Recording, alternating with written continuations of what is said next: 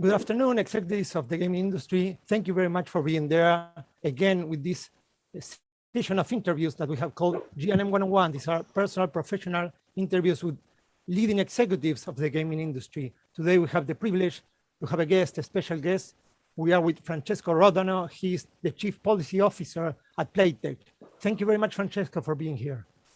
Thank you so much, Roman, for inviting me. It's a huge, huge pleasure. Thank you. And as you may know, that the first question, we always try to discover more about the life of the executive. In this way, we wanted to know more about your childhood, your upbringing, how did your parents raise you, which values and on which main elements of their lives they share with you that you can share with us now. Yeah, sure. So I grew up in Italy, in Rome. All my first 46 years of my life, I spent them in Rome. And I grew up in a normal family, say, middle class.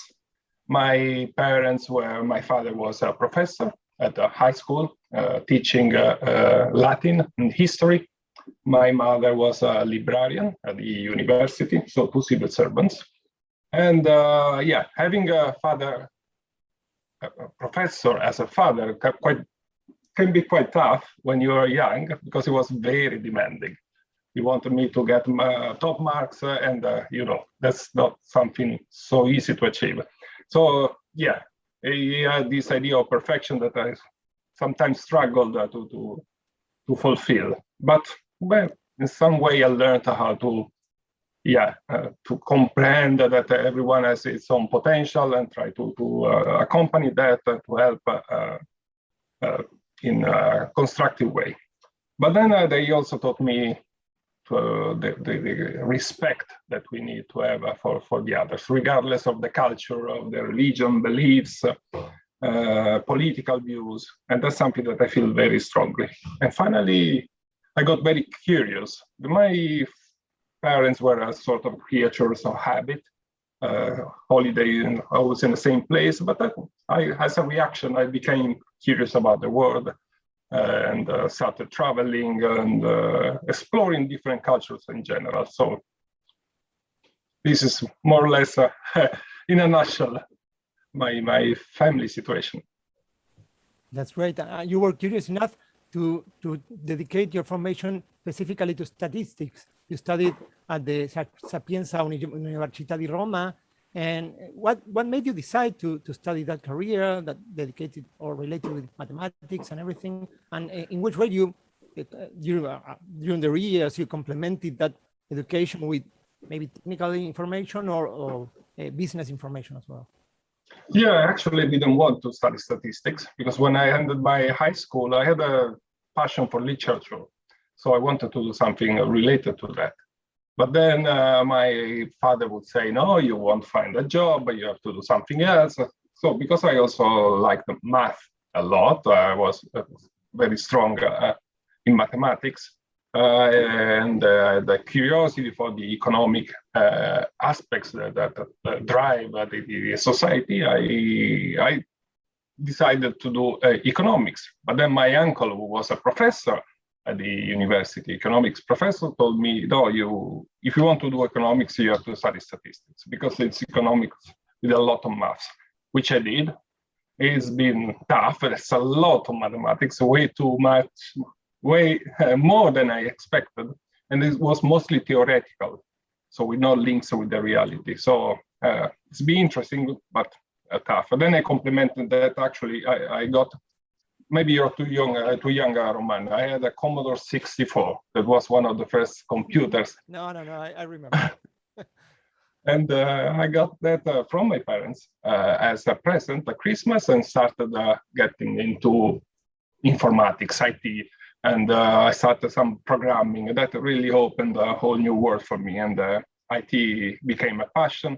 And my first job was being an IT guy, in a company, the guy who fixes computer. And then, mathematics, technology, that's how it all started. So we know that you are a curious person, very dynamic, very interested in different areas of different technologies. And talking about the gambling industry specifically, well, you always have to resolve things. You have to face challenges. One of your main challenges was when you were director of the AMS, the Italian regulator, and you had to work with the group and lead the group in order for establish the regulation for gaming in Italy. What can you share about that specific experience? We are very interested in that. Yeah, I was. I worked for the Italian authority for 9 years, which is a very good portion of my life. So I could share tons of memories and learnings, but I'll try to summarize. It's when I joined the regulator, I was doing something else completely unrelated. I had this chance, and my parents, my relatives and friends said that, "Oh, you don't do that. It's gambling. Gambling is bad." So, and it's a public administration. In Italy, you know, they tend not to have a good reputation, the administrative machine. Yeah. But I was intrigued and I tried anyway, and I would do that again like 1,000 times. I found fantastic people, despite the bad reputation of the Italian civil servants. They were amazing people. And there was this challenge of working on regulating something from scratch. I was in charge of online gambling regulation. And when I joined, there wasn't anything, just a little bit of sports betting. And my task was to introduce casino, bingo, poker, all the popular verticals that were already played illegally, if we like.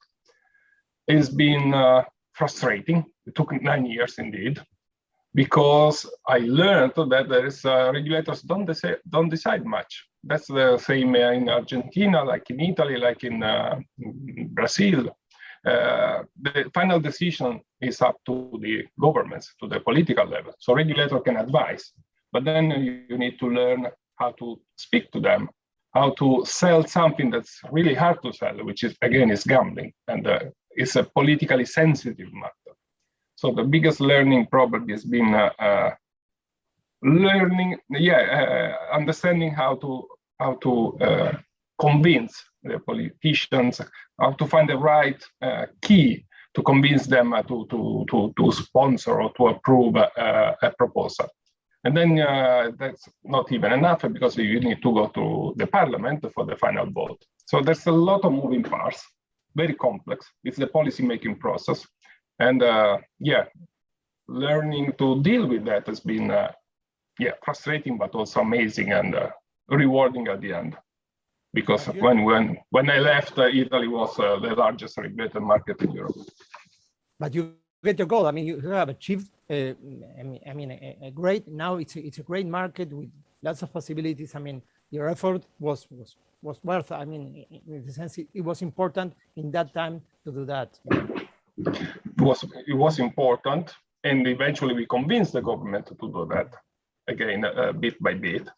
But then, and that's something we can discuss. But when you regulate gambling, it becomes more visible. Think of all the advertising, the betting shops in the streets. So there's a risk that you give the citizens this feeling of pervasiveness, of gambling everywhere. That comes with very often with negative reactions. And it worked. We had up to 100 licensees, like a market grew to more than 1 billion euros from scratch. But now we are in the phase in which we need to deal with the public perception, which is not good, especially in mature markets. And one day in 2016, after 9 years at the AMS, you decided to change and to move from an Italian regulator to a great online gaming company, global gaming company like Playtech. It was 5 years ago. What made you decide to do that important change, and what's your balance today after 5 years working there about your contributions and your learnings there in Playtech? I told you I'm curious. So I did 9 years that job. It was more or less completed because we built all the framework and it was working. Now it became a matter of doing the enforcement, which is a bit less creative. And I lived all my life in Italy until then, for 46 years, as I said, and I wanted to have an experience abroad for me, for my family. Again, and see the world outside of Italy. And more specifically, I also wanted to see the industry, the sector from the other side, from the industry side. What I had noticed as a regulator that sometimes the industry lacks some sensitivity on how to deal with the policy makers. And I wanted to bring my experience on the other side in the industry sector. Finally, we are a supplier. So we are more neutral. We thrive if the entire industry thrives. We are not really competitors, unlike the big operators. We work with all of them. So I thought it was a position in which I could try to have a wider impact by being indeed neutral. And yeah, and that was the idea. And jumped the gun and went to London, where I still am with all my family. Okay. Well, as you may know, and all the viewers know as well, Playtech is a great brand, not only globally, but specifically in relation to Latin America. It has a long experience, a great reputation in the industry. The company is working together with WPlay in Colombia, with Caliente in Mexico, and it has also gained the licenses for online gaming in the Buenos Aires province and the Buenos Aires city. And that's not all, but that's a great part of the continent, you know. So how would you describe this special relationship Playtech has with the region, with the Latin American region? That would be the first question. And the other is more related to two issues that we consider are the most important today in the region. You can, of course, make your recommendations. One is illegal gambling. That is still a problem we have to face with. And the other is the process of regulation, iGaming regulation, that you have shared with us in Italy, but the process that is going on in Peru and in Brazil.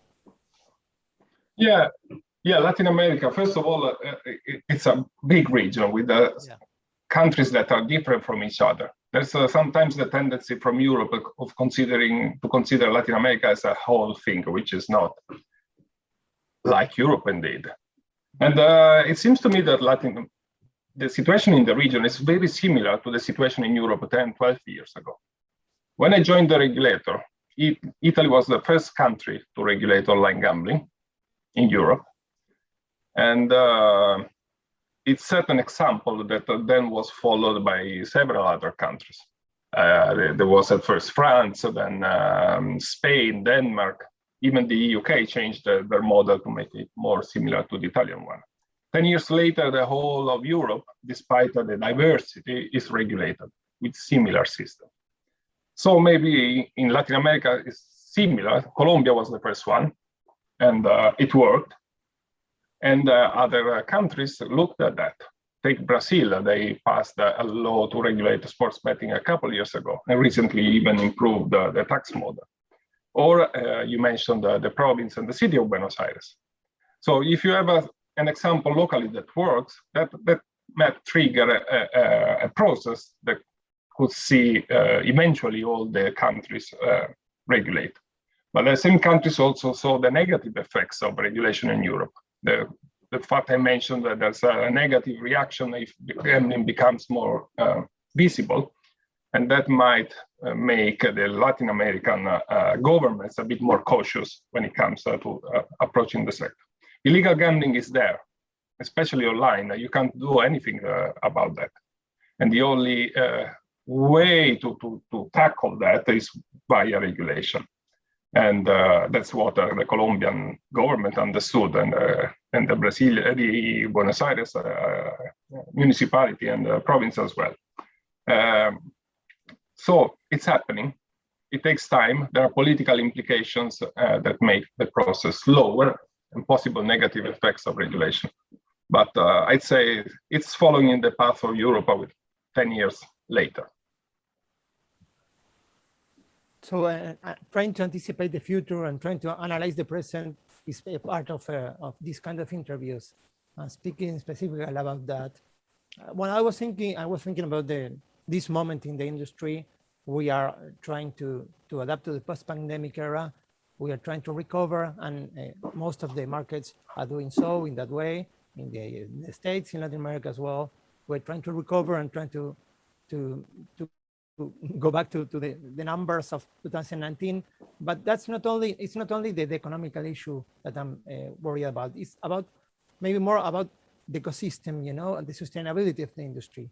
So what do you think about that? What do you think about how the industry is going to sustain in the next 5 years? What are the main concerns for the gaming industry in general, not only in the economic point of view?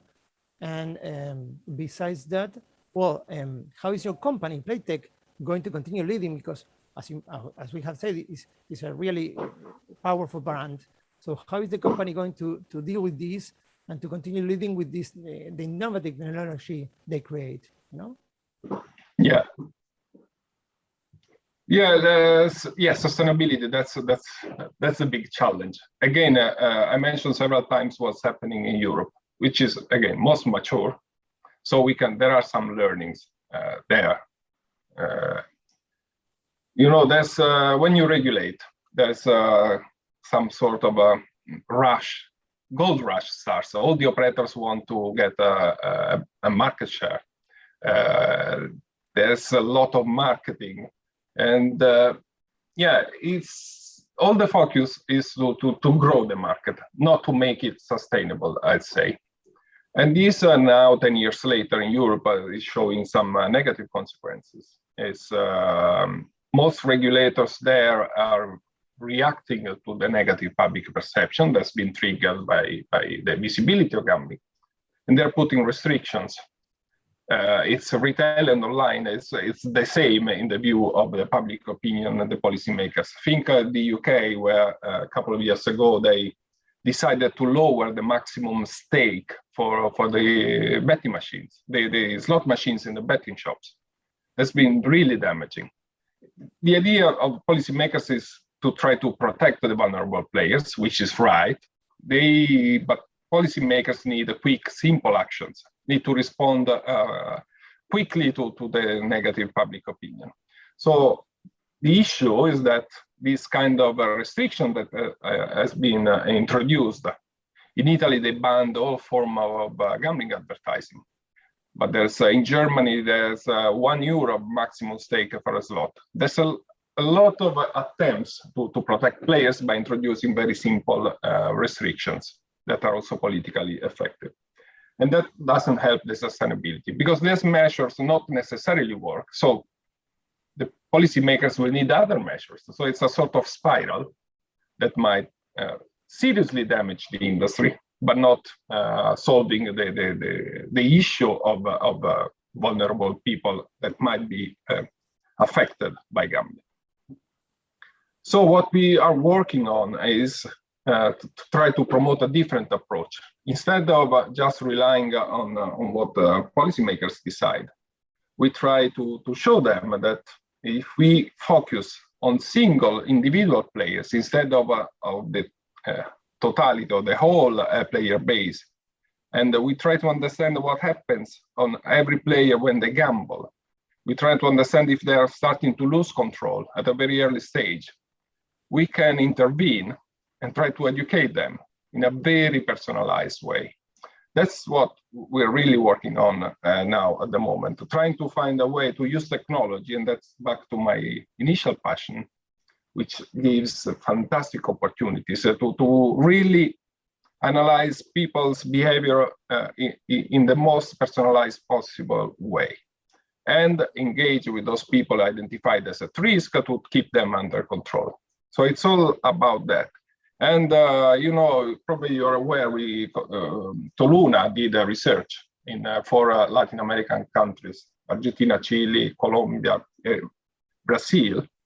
We wanted to gauge the attitude of the population and the gamblers on the use of technology to monitor them, which seems a bit scary, you know, Big Brother, the privacy, they want to control what I'm doing. But when it comes to gambling and the idea that this monitoring can protect you, can help you not to lose control, we found out that 75% and more of the people were in favor, which was surprising, but maybe not even too much. So we think that, the sustainability relies on technology, and technology used to help people not to lose control, but on an individual way, considering the different nature and characteristics of every one of us. We are all different. So prohibiting something for everybody probably doesn't work. We need to be specific and act on the single players. So of course, that's interesting. I mean, people want to be entertained, but they also want to be taken care of. They want someone to be protected. Absolutely. You know? If you think about it, that's a fantastic excuse or reason for regulating. So if you think of the illegal operators or the unlicensed, or there's no, let's say, urge for them to put in place this kind of tools to help players. It's just a matter of making money. While regulators can instead impose this kind of approach towards safer gambling. And you can do that only if you have a regulated market and operators that have a license. You can ask them what to do. And that's what's happening already in some countries in Europe. And talking about entertainment, as you may know, tourism, we consider tourism as a very close industry of gaming, you know. So the last question is related to tourism. We would like you to share your experience and to share your ideas or your recommendations about Italy. I mean, that's a place you were born and raised, and you live most of your life. You can also think about UK if you want, but places you would like for people to recommend in terms of visiting the countries, visiting different cities and places, trying to enjoy the ambience and the food and the people, the way people received each other. So which cities or which places of Italy would like to recommend for any executive that is watching this interview and wanting to have the chance to visit that country? Have you been to Italy, Roman? Yes, I've been, and a lot. Different cities. Yeah, and you may have noticed that Italy is so diverse. Yeah. So we got the Alps with the snowy mountains in the north. We got islands in the south with a crystal clear sea. It's diverse in terms of geography, but in terms of people, of gastronomy, that's something that's really culturally, that's the real asset of Italy. So it's almost impossible for me to suggest one place or the other. It depends on the personal tastes.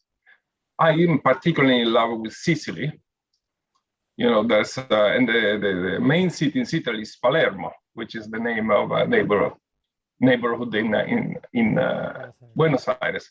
And when I went to Buenos Aires, I visited Palermo. It reminded me strikingly of Sicily. Sicily is like Argentina. The Argentinians I knew. It's a place where people are so sociable, welcoming, open. You are immediately family, and let alone the food, which is out of this world. And now it's dinner time in London, and I'm struggling to continue discussing that. But and amazing beaches with a fantastic sea. So Italy has a lot to offer, but I'd start with Sicily. Well, so you have heard, if you have the chance, if you have never been, if you have been there, but you want to go back again, and that's my intention in the future. Let's visit Italy and enjoy all the things, the landscapes, and the warmth of the people, you know, they have to offer. Thank you very much, Francesco. We have learned a lot with this interview. We have shared a lot. We have received information on all the experience you have shared with us. Thank you so much, Roman. It's been, again, a pleasure. And I hope we'll have a chance to meet in person soon and not across the screen. So we have been today with Francesco Rodano. He's the Chief Policy Officer at Playtech. he has been sharing his experience with us today. Thank you very much, executives of the gaming industry, for being there on the other side of the screen, following us in this social network in YouTube.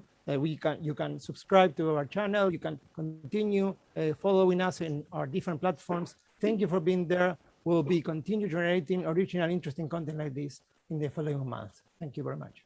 Thank you.